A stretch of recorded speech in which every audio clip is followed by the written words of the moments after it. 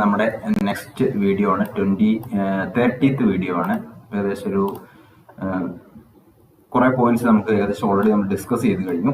അപ്പൊ ഈ ഒരു പോയിന്റ്സ് എന്ന് പറഞ്ഞാൽ നമ്മൾ കഴിഞ്ഞ ദിവസം എക്സാം ചെയ്തായിരുന്നു. അപ്പൊ അതിനകത്ത് കുറച്ച് ക്വസ്റ്റ്യൻസ് ഡൗട്ട് ഉണ്ട്, അത് ചെയ്യാവോ എന്നൊക്കെ ചോദിച്ച് പലരും കമന്റ് ചെയ്തായിരുന്നു.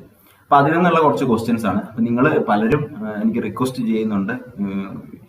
ഞാൻ ഓൾറെഡി ചെയ്ത വീഡിയോകളിൽ നിന്നൊക്കെയാണ് റിക്വസ്റ്റ് വരുന്നത്.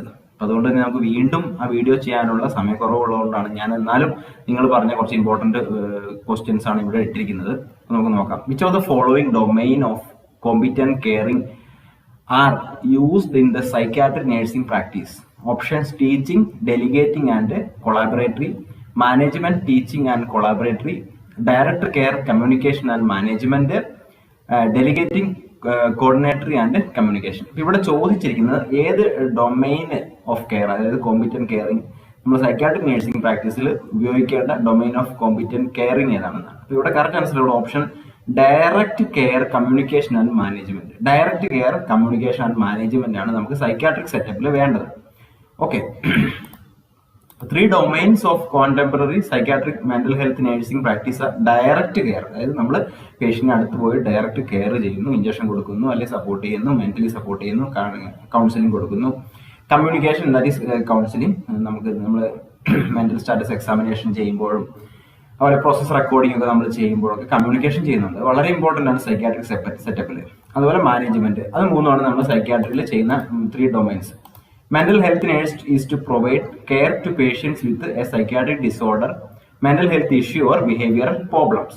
Primary domains in nursing include patient, environment, health and nursing. ഇത് നാലുമാണ് primary domains in nursing: patient, environment, health, nursing.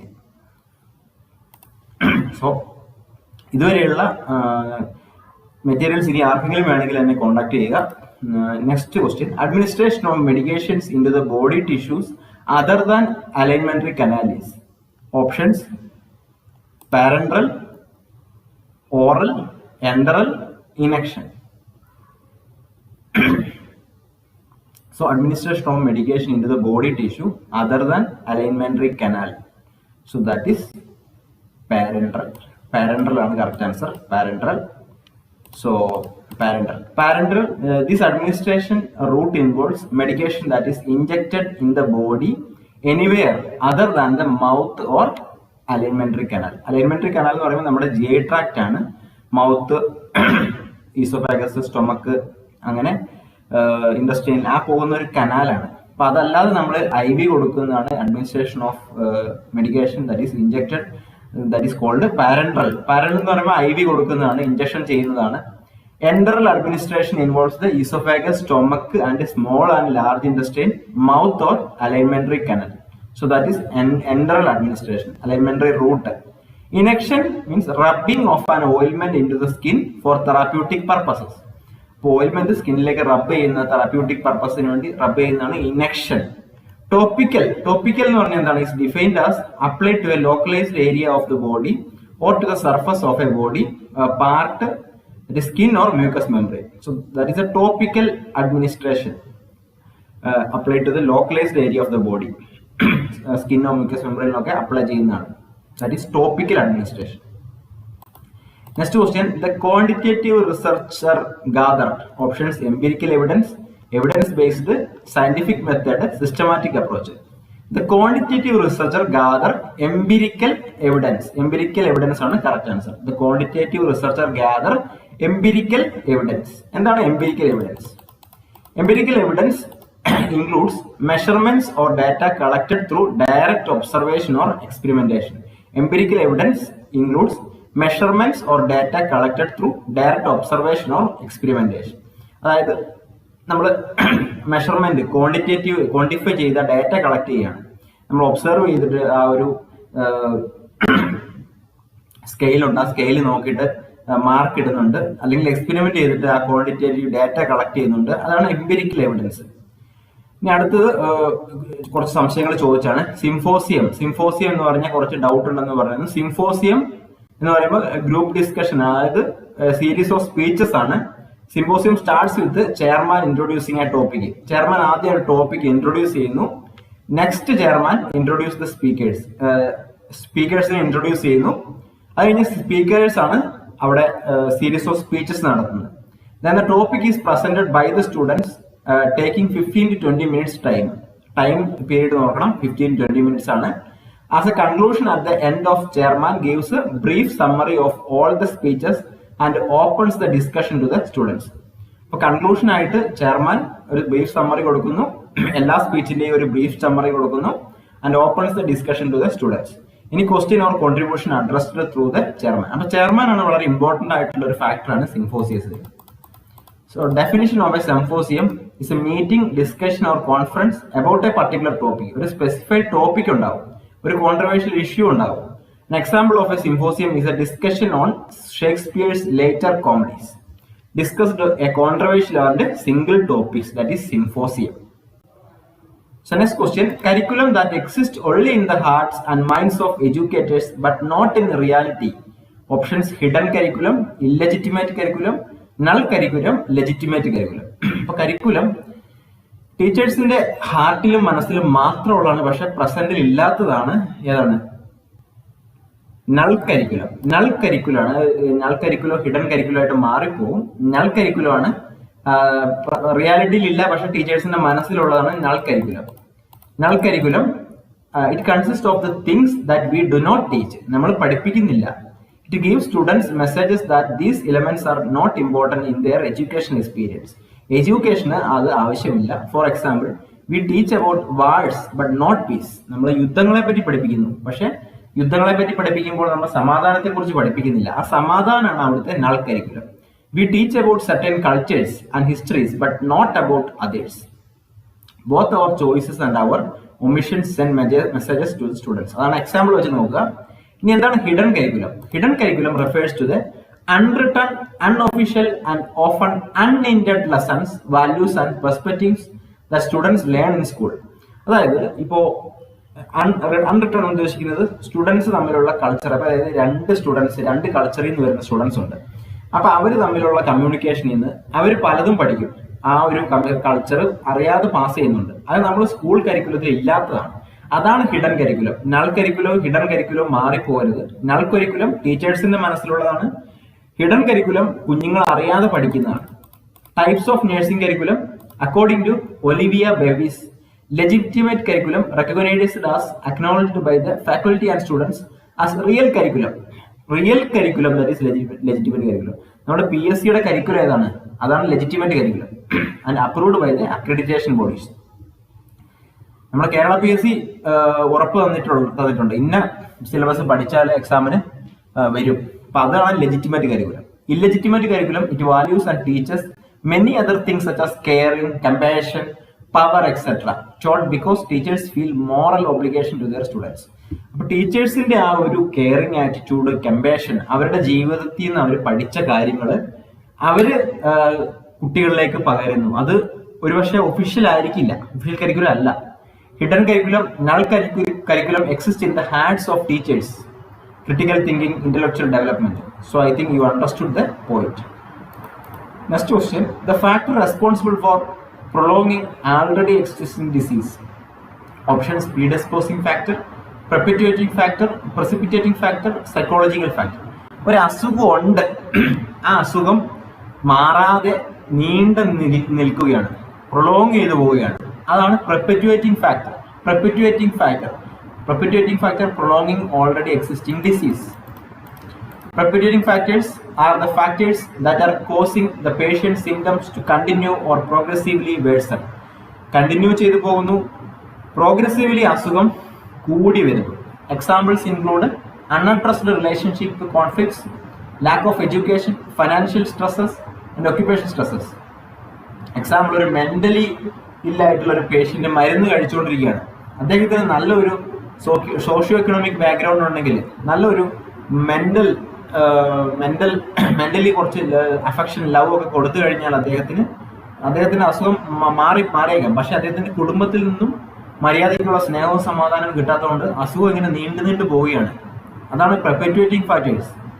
So that example നിങ്ങൾക്ക് മനസ്സിലായെന്ന് കരുതുന്നു. Precipitating factors refers to specific event or trigger to the onset of the current problem. ഇത് തമ്മിൽ മാറിപ്പോകരുത്. Precipitating factors mean ഇപ്പോൾ അസുഖം പെട്ടെന്ന് കൂടാനുള്ള ഒരു കാരണമുണ്ട്. ആ കാരണമാണ് പ്രസിപ്പിറ്റേറ്റിംഗ് ഫാക്ടേഴ്സ്. മറ്റേത് പ്രൊലോങ് ചെയ്തു പോവുകയാണ്. Precipitating factors are those that maintain the problem once it has been established. അത് ലോങ് ടൈമിലേക്ക് പോകാനുള്ള കാരണമാണ് precipitating factors. But precipitating factors means current problem പെട്ടെന്ന് ട്രിഗർ ചെയ്യുകയാണ്. So simply we can say precipitating factors refer to specific event or trigger to the onset of the current problem. So എന്താണ് ആ ഒരു അസുഖം ഉണ്ടാകാൻ പെട്ടെന്ന് ട്രിഗർ ആയതെന്നാണ്. Sudden death of a family member trigger the mental illness of a particular person, that is precipitating factor. Precipitating factors are those that maintain the problem once it has been established because of low socioeconomic status, low financial status, low unemployment, because of unemployment. Next question and last question in this video. Beck's triad is a collection of 3 medical signs associated with cardiac tamponade. It includes all except one of the following. അപ്പോൾ cardiac ടാമോണൈഡിൽ കാണുന്നതാണ് Beck's triad. മറക്കരുത്. Options hypotension, distended jugular vein, widen pulse pressure, muffled heart sound. ഇവിടെ അതിനകത്ത് കാണാത്തതാണ് widen pulse pressure. Widen pulse pressure കാണുന്നില്ല. ബാക്കിയുള്ളത് begs ട്രയാഡിൽ hypotension ഉണ്ടാകുന്നു, അതുപോലെ ജുഗുലർ വീനസ് ഡിസ്റ്റൻഷൻ ഉണ്ടാകുന്നു, മഫിൾഡ് ഹാർട്ട് സൗണ്ട് ഉണ്ടാകുന്നു. ഈ 3 കാര്യങ്ങൾ ഓർത്താൽ മതി. Hypotension, jugular venous distension, muffled heart sound seen in Beck's triad may occur in affected patients, especially from sudden intrapericardial hemorrhage. Intrapericardial hemorrhage കാരണം ഉണ്ടാകുന്നു. Beck's triad is associated with the development of acute cardiac tamponade. Cardiac tamponade കാരണം Beck's triad ഉണ്ടാകാം. A medical emergency caused by the compression of the heart due to build-up of fluid, blood or air in the pericardial sac. So I think you understood the points given above. All the best, dear students. So tomorrow also you can expect one more video and at the day of the exam. So I think these questions will definitely boost your confidence to the level best. I am trying to give one more. Yesterday I already given one motivational video, so I think you will be boosted your confidence already. So please go very confidently and try to attend very happily, so smoothly write exam. Once more, all the best to the coming DME future staff nurses. Hello dear friends, ഇത് കുറച്ച് important ആയിട്ടുള്ള part ആയതുകൊണ്ടാണ് ഒരു റിസർച്ചിൻ്റെ ഒരു video ചെയ്യാമെന്ന് കരുതിയത്. നേരത്തെ ഞാൻ ചെയ്തിട്ടുണ്ട്, പക്ഷേ ഇത് കുറച്ച് ഇമ്പോർട്ടൻ്റ് ആയിട്ടുള്ള പാർട്ട് ആയതുകൊണ്ടാണ്. സാമ്പിളിംഗ് ടൈപ്സ് നോക്കാം. Non probability and probability sampling. അപ്പോൾ നോൺ പ്രോബബിലിറ്റി സാമ്പിളിംഗ് എന്താണ്, പ്രോബബിലിറ്റി സാമ്പിളിംഗ് എന്താണ്? നോൺ പ്രോബബിലിറ്റി സാമ്പിളിംഗ് എന്ന് പറയുമ്പോൾ ഒരു ഗ്രൂപ്പിലുള്ള ആളുകളെ എല്ലാവരെയും എടുക്കാനുള്ള ചാൻസ് ഇല്ല. അല്ലെങ്കിൽ റിസർച്ചർ ഒരു പ്രത്യേക സ്ഥലത്ത് റിസർച്ച് ചെയ്യാൻ പോവുകയാണ്. അപ്പോൾ അവിടെയുള്ള എല്ലാവരെയും എടുക്കാനുള്ള ചാൻസ് ഇല്ലെങ്കിൽ നമുക്കതിനെ നോൺ പ്രോബബിലിറ്റി സാമ്പിളിംഗ് എന്ന് പറയാം. ഒരുപക്ഷെ എല്ലാവരെയും ഉൾക്കൊള്ളിക്കാനുള്ള ചാൻസ് ഉണ്ട്. എല്ലാവരെയും ഒരിക്കലും റിസർച്ചറിന് ഉൾക്കൊള്ളിക്കാൻ കഴിയില്ല, ഏത് റിസർച്ചറിനും. പക്ഷെ എല്ലാവർക്കും ചാൻസ് ഉണ്ട് എങ്കിൽ അത് പ്രോബബിലിറ്റി സാമ്പിളിംഗ് ആണ്. ഇപ്പൊ ലോട്ടറി എടുക്കുകയല്ലേ, ലോട്ടറി എടുക്കുമ്പം എല്ലാവർക്കും ചാൻസ് ഉണ്ട്. ഇപ്പൊ ഞാനൊരു ലോട്ടറി എടുത്താലും എനിക്ക് 1 സമ്മാനം എടുക്കാൻ ഒരു ചാൻസ് ഉണ്ട് അവിടെ. അപ്പൊ അത് പ്രോബബിലിറ്റി സാമ്പിളിംഗ് ആണ്. അപ്പൊ അതൊരു ചാൻസും ഇല്ലാത്തതാണ് നോൺ പ്രോബബിലിറ്റി സാമ്പിളിംഗ്. അങ്ങനെ ഈസി ആയിട്ട് മനസ്സിലാക്കാം. Probability sampling involves random selection allowing you to consider the whole group. എല്ലാവരെയും കൺസിഡർ ചെയ്യുന്നതാണ് പ്രോബബിലിറ്റി സാമ്പിളിംഗ്. ഒരു ക്ലാസ്സിലുള്ള കുട്ടികളെ റിസർച്ച് ചെയ്യാൻ വേണ്ടി എടുക്കുകയാണെങ്കിൽ എല്ലാവരെയും കൺസിഡർ ചെയ്യുകയാണെങ്കിൽ അത് പ്രോബബിലിറ്റി സാമ്പിളിംഗ് ആണ്. Non probability sampling involves non random selection based on convenience. റിസർച്ചറിന്റെ കൺവീനിയൻസ് അനുസരിച്ചായിരിക്കാം. ഇപ്പൊ എക്സാമ്പിൾ ഇങ്ങനെ എക്സാമിന് ചോദിക്കാം. നേരത്തെ ഡിസ്കസ് ചെയ്തിട്ടുണ്ടെങ്കിലും നിങ്ങൾ എക്സാമിന് ലാസ്റ്റ് ആയിട്ട് ഒന്ന് പറയാമെന്ന് കരുതി. പ്രോബബിലിറ്റി സാമ്പിളിങ്ങിന് എക്സാമ്പിൾ ആണ് stratified sampling, random sampling, systematic sampling, cluster sampling. അതായത് സ്ട്രാറ്റിഫൈഡ് എന്ന് പറയുമ്പോൾ ഒരു സ്ട്രാറ്റ, ഒരു പ്രത്യേക സ്ഥലത്ത് റിസർച്ചർ റിസർച്ച് ചെയ്യാൻ വേണ്ടി വന്നു, ഓരോ ഗ്രൂപ്പായിട്ട് തിരിച്ചു, ഓരോ സ്ട്രാറ്റയായിട്ട് തിരിച്ചു, എല്ലാവർക്കും ചാൻസ് ഉണ്ട്, അത് സ്ട്രാറ്റിഫൈഡ് സാമ്പിളിംഗ് ആണ്. റാൻഡം സാമ്പിളിംഗ് എന്ന് പറയുമ്പോൾ അതാണ് സിമ്പിൾ റാൻഡം സാമ്പിളിംഗ് ആണ്. ലോട്ടറി മെത്തേഡാണ് എക്സാമ്പിൾ. അതും എല്ലാവർക്കും ചാൻസ് ഉള്ളതാണ്. Systematic sampling every കേത്ത് member, every 10th member, അങ്ങനെ നമ്മൾ പറയല്ലേ. അപ്പൊ എല്ലാവർക്കും 10ാമതുള്ള എല്ലാവർക്കും ചാൻസ് ഉണ്ട്. ക്ലസ്റ്റർ സാമ്പിളിംഗ് ഒരു ഗ്രൂപ്പായിട്ട് തിരിച്ചു, അവിടെയും നമ്മൾ സാമ്പിളിങ്ങിന് ചാൻസ് ഉണ്ട്. നോൺ പ്രോബിലിറ്റി സാമ്പിളിംഗിന് എക്സാമ്പിൾ ആണ് snowball sampling, convenience sampling, judgemental sampling, കോട്ട സാമ്പിളിംഗ്. സ്നോബോൾ ഞാൻ പറഞ്ഞു, ഒരു പാർട്ടിസിപ്പൻസ് വേറൊരു പാർട്ടിസിപ്പൻസിനെ കണ്ടെത്തുന്നതാണ്. ഒരു മഞ്ഞിൽ ഉരുകി പോകുന്ന ഒരു ബോൾ പോലെയാണ് സ്നോബോൾ. കൺവീനിയൻസ് സാമ്പിളിംഗ് എന്ന് പറയുന്നത് റിസർച്ചറിന്റെ കൺവീനിയൻസ് അനുസരിച്ച് റിസർച്ചറിന് തോന്നിയ സമയത്തൊക്കെ എടുക്കുകയാണ്. ജഡ്ജ്മെന്റൽ സാമ്പിളിംഗ്, അദ്ദേഹം ഒരു മുൻവിധിയുണ്ട്, ഞാൻ ഇന്ന ഭാഗത്തുള്ള നേഴ്സുമാരെ മാത്രമേ സെലക്ട് ചെയ്യുകയുള്ളൂ എന്നൊരു മുൻവിധി ഉണ്ടെങ്കിൽ ആ ഭാഗത്തുള്ള നേഴ്സുമാരെ മാത്രമേ റിസർച്ചർ എടുക്കുകയുള്ളൂ. കോട്ട സാമ്പിളിംഗ് ഒരു എക്സാമ്പിൾ ഞാൻ പറയുകയാണെങ്കിൽ സിമ്പിളായിട്ട് പറയുകയാണെങ്കിൽ ഇപ്പോൾ OBC കാറ്റഗറിയിലുള്ളവരെ മാത്രമേ, ആ കോട്ടയിലുള്ളവരെ മാത്രമേ എടുക്കുകയുള്ളൂ, അല്ലെങ്കിൽ മെയിൽ കാറ്റഗറിയിലുള്ള ആ ഒരു കോട്ടയിലുള്ളവരെ മാത്രമേ എടുക്കുകയുള്ളൂ. അതാണ് കോട്ട സാമ്പിളിംഗ്. ഇപ്പോൾ എക്സാമ്പിൾ പറയുകയാണെങ്കിൽ ഫയർഫോഴ്സിൽ ചില വിഭാഗത്തിലൊക്കെ മെയിലിൽ മാത്രമേ എടുക്കുകയുള്ളൂ, അതൊരു കോട്ട സാമ്പിളിങ്ങിന് എക്സാമ്പിൾ ആണ്. ഇനി മറ്റൊന്നാണ് പ്രോസ്പെക്റ്റീവ് ആൻഡ് റിട്രോസ്പെക്റ്റീവ് സ്റ്റഡീസ്. എക്സാമിന് കണ്ടിട്ടുണ്ട്. പ്രോസ്പെക്റ്റീവ് സ്റ്റഡി എന്താണ്? പ്രോസ്പെക്റ്റീവ് സ്റ്റഡി എന്ന് പറയുമ്പോൾ അതൊരു കൊഹോർട്ട് സ്റ്റഡി തന്നെയാണ്. റിട്രോസ്പെക്റ്റീവ് ആണ് cohort study. Prospective studies individuals are followed over a time and data about them is collected as their characteristics or circumstances changes. അതായത് individual follow ചെയ്യുകയാണ്, കുറേ നാളത്തേക്ക് ഫോളോ ചെയ്യുകയാണ് ഇൻഡിവിജ്വലിനെ. അതായത് ഇനി അങ്ങോട്ട് ഫോളോ ചെയ്യുകയാണ്. ഇൻഡിവിജ്വൽ ചിലപ്പോൾ സ്മോക്ക് ചെയ്യുന്ന ആളുകളായിരിക്കാം, ക്യാൻസർ ഉണ്ടാവുമോ എന്നൊക്കെ നിരീക്ഷിക്കുന്ന, അതൊരു പ്രോസ്പെക്റ്റീവ് സ്റ്റഡിയാണ്, മുന്നോട്ടുള്ള സ്റ്റഡിയാണ്. Retrospective studies individuals are sampled and information is collected about their past history information collect ചെയ്യുകയാണ്.